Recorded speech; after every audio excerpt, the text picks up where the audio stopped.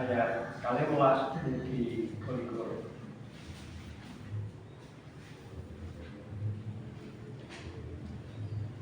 Bareng Gusti mireng pawarta yen nabi kanan wis kacepet. Panjenengane banjur tindak sumikir menyang ing tanah Galilea, indah saka Nazaret lan dedalem ana ing kutha Kapernaum.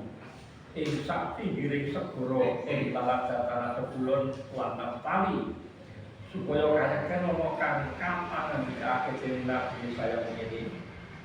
Tanah Zebulon lan tanah Naftali, dalan menyang ing segara ing sabrange Bengawan Yarden, tanah Galilea panggonane bangsa-bangsa liya. Bangsa kang manggon ing pepeteng iku wis ndeleng padang kang gedhe, sarta wong kang padha manggon ing tanah kang kaliputan ing pewayanganing pati, iku wis kaprekan padang.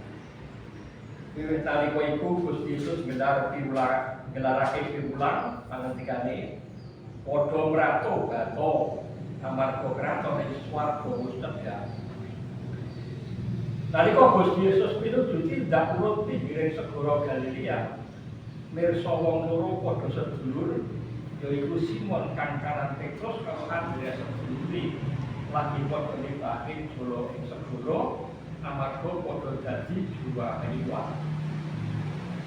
Banjur padha didhawuhi, ayo padha melu aku, kowe padha bakal dadakake jiwa liwat.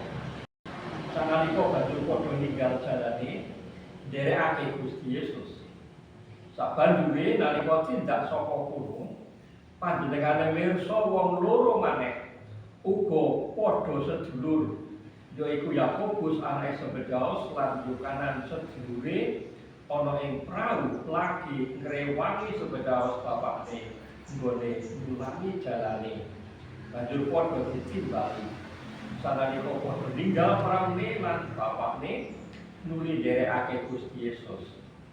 Gusti Yesus tumuli njlajahi sak tratahe tanah Galilea kabeh, memulang ana ing papan-papan pangibadah wong kono, sarta nggelarake Injil kraton, apa dene nyarasake sarupane lelara lan sarupane memala kang tinemu ing satengahing bangsa kono. Mekaten para sedherek pasesine kitab Injil Matius bab 1 ayat 12 dumugi 23. Ing kedrahi Yesus yang kami meragakan pandikanipun Gusti lan dipun gatosaken. Haleluya.